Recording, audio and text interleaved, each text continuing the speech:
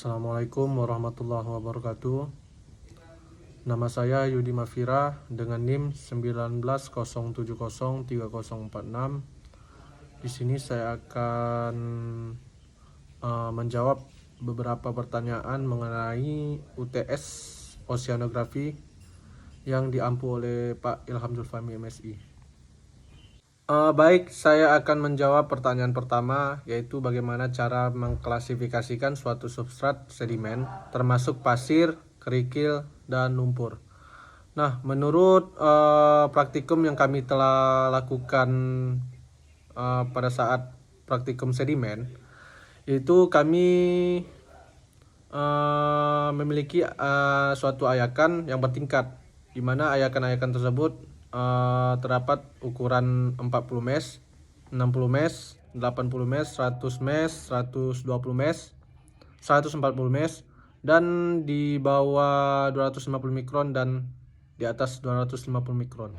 Nah, masing-masing ukuran ayakan tersebut terdapat suatu jenis sedimen tersendiri, di mana 40 mesh itu jenis sedimennya kerikil, sedangkan 60 mesh itu jenis sedimennya pasir sangat kasar, 80 mesh pasir kasar, 100 mesh pasir sedang, 120 mesh pasir halus, 140 mesh pasir sangat kasar, pasir sangat halus. Nah, di bawah 250 mikron dan di atas 250 mikron itu jenis sedimennya lumpur. Dan juga bisa dilihat dari gambar yang saya tampilkan di sini, itu terdapat masing-masing jenis sedimen menurut ukuran milimeter. Selanjutnya pertanyaan yang kedua, yaitu sebutkan tata cara menganalisis morfometrik ikan. Nah, menurut panduan modul oceanografi pada pembahasan variasi morfometrik ikan, itu terdapat 14 variasi karakter morfologis, di mana yang pertama panjang total, panjang baku, panjang kepala, diameter mata, panjang moncong, panjang sirip dada, panjang sirip perut, panjang sirip anal, panjang batang ekor, tinggi sirip dorsal, panjang dasar sirip dorsal, tinggi badan, tinggi batang ekor, dan yang terakhir tinggi kepala. Baik, selanjutnya pertanyaan yang ketiga, yaitu faktor apa saja yang mempengaruhi pola pertumbuhan dan faktor kondisi ikan. Apakah faktor kondisi ikan juga bisa berubah? Nah, pertumbuhan si ikan ini dipengaruhi oleh beberapa faktor, antara lain pakan, wadah budidaya, suhu, salinitas, musim, dan aktivitas fisik. Nah, semakin tinggi jumlah pemberian pakan memberikan pertumbuhan yang sedikit lebih tinggi pertumbuhannya. Nah, hubungan panjang bobot juga menunjukkan nilai pertumbuhan yang bersifat relatif. Nah, sehingga apabila terjadi perubahan terhadap lingkungan dan ketersediaan makanan, maka diperkirakan nilai ini juga akan berubah.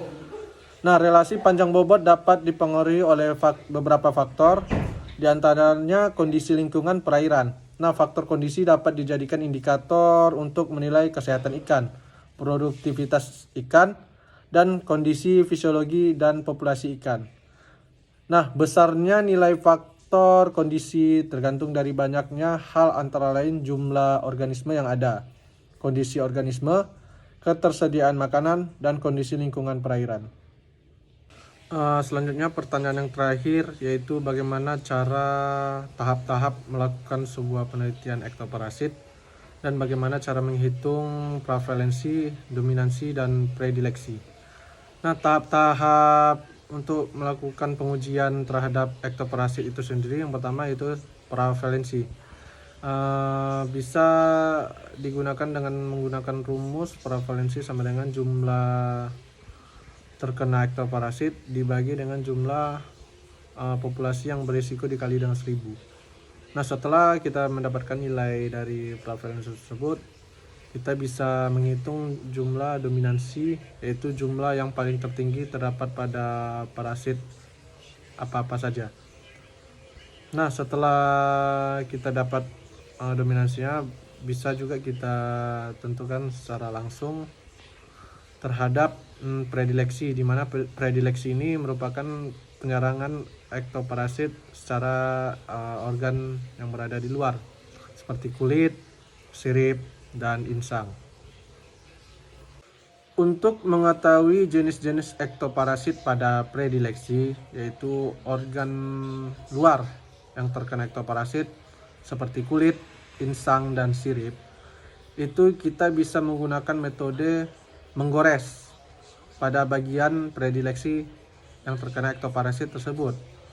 Nah, setelah diambil melalui batang penggores, selanjutnya diletakkan di kaca benda dan diamati di bawah mikroskop untuk mengetahui jenis-jenis ektoparasit apa saja yang menyerang pada bagian predileksi tersebut.